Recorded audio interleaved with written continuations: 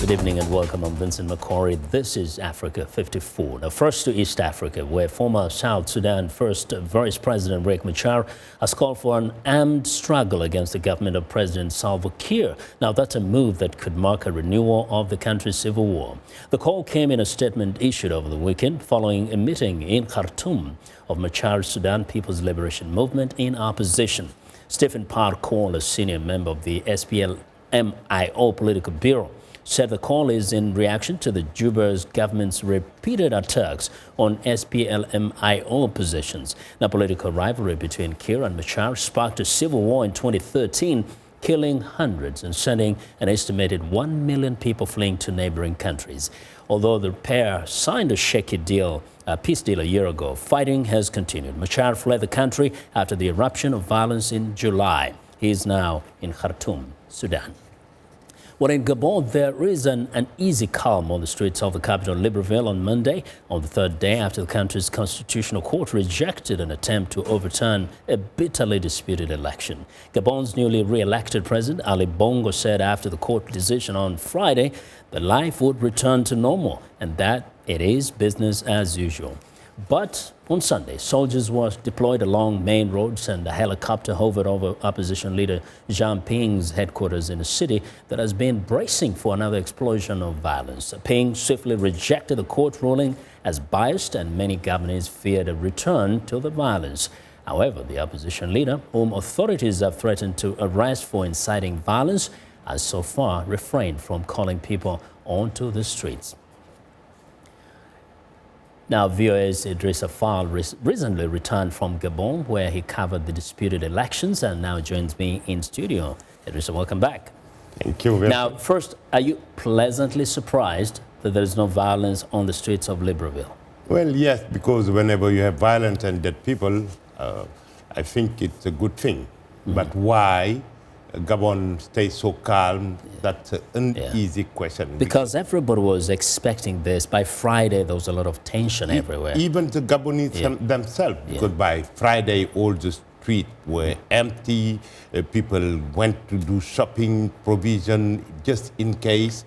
And when the Constitutional Court proclaimed the result Saturday, well, nothing happened so far. Could this be a credit to Jean Ping, that perhaps he hasn't really actively called people to violence or to at least protest? There are different reasons, because I know first Jean Ping called the people not to go on the street.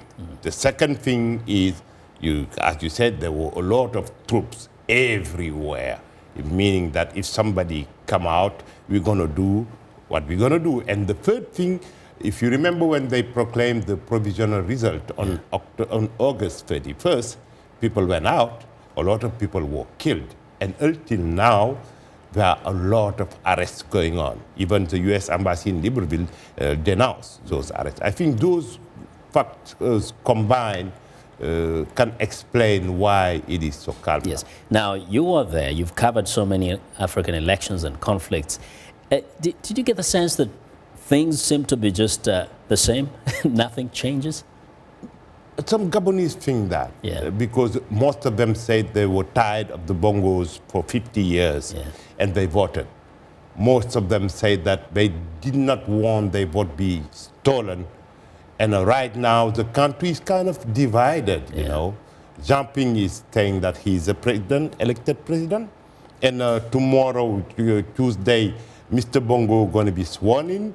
And the international community, most countries, they took notice of the decision of the court, and nobody knows where this country is heading. Now, the African Union said it was sending a mediation team there. Now, the mediation team, and then we had a court ruling.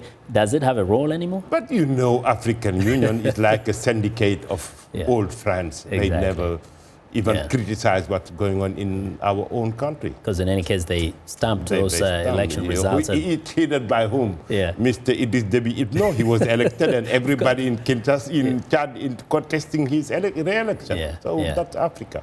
Anyway, generally, what's your feeling or your assessment of, the situation in Gabon, if you were to project beyond now? We're going to have a political crisis, and I hope it will not become violent.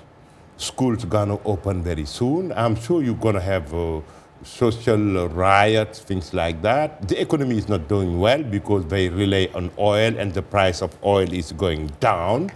So you're going to have a kind of crisis. And where is it heading? I don't know.